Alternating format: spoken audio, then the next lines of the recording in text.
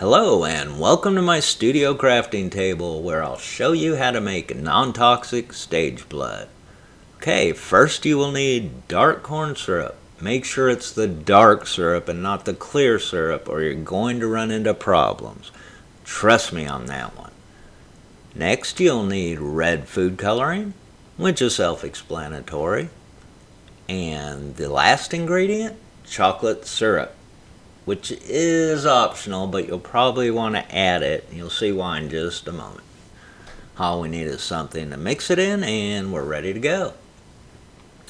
Okay, for the purposes of this video, I'm making 1 cup of our stage blood. This particular brand of corn syrup has a handy marker to make measuring easier, so let's get to it. As I pour the syrup, you'll notice it isn't quite as dark as it looked in the bottle, and with the backlighting you can see it has a yellowish tint. Not quite a cup yet, so I'll pour some more. This stuff is kind of fun to watch as it pours, isn't it? It's almost kind of soothing. Okay, we're ready for our food dye. Now there really isn't a set formula on how much dye to add, but generally I like to add 10 drops or so per cup to start. But to show the color changing process, I'll start with just 4. Now I don't want you to have to wait too long to get through this, so I'll add some time lapse here and there to speed this along. As I mix it up, you can see it quickly turns red, but it's not really dark enough, so I'll add some more dye to it.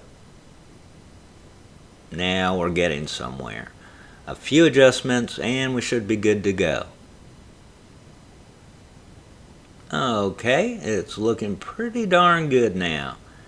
And you could stop here if you wanted a brighter shade of red. But I like my stage blood to be a little darker and less transparent. So for that, we'll add the chocolate syrup. Now it doesn't take much, so don't overdo it. Start out with 4 or 5 drops per cup. That's a little too much, but we'll be alright. If it gets a little too brown, you can just add some more red dye to it. Okay, be sure to mix it well. Mix, mix, mix. Okay, there we go. Now it's time to bring out some supplies and try it out. First, the fun one. Let's pour a cup of blood. Nice, right?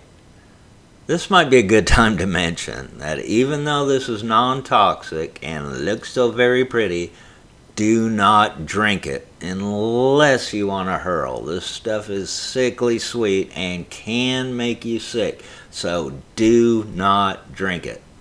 Okay, next we'll try a few small drops of blood.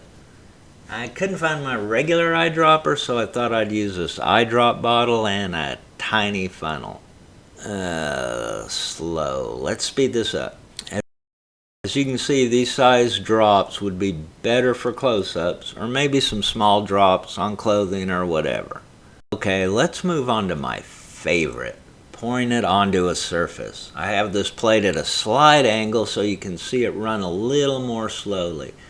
If this was poured or dropped on a vertical surface like an upright body or a wall or something, it would run down much faster. I don't think that's enough blood, so let's just pour a big gob of this stuff. Ooh, that's better. Look at the beautiful blood. And now you know how to make this beautiful non-toxic stage blood for yourself. And I'm sure you're extremely grateful for that, so be sure to click like, share, and sub if you haven't already. If you like your blood a little less messy, check out one of these or our other blood green screen effects. Then head over to VidiotChannel.com and download it for the low, low price of free. Is that a deal or what? Okay, y'all take it easy now, and thanks for watching. Later.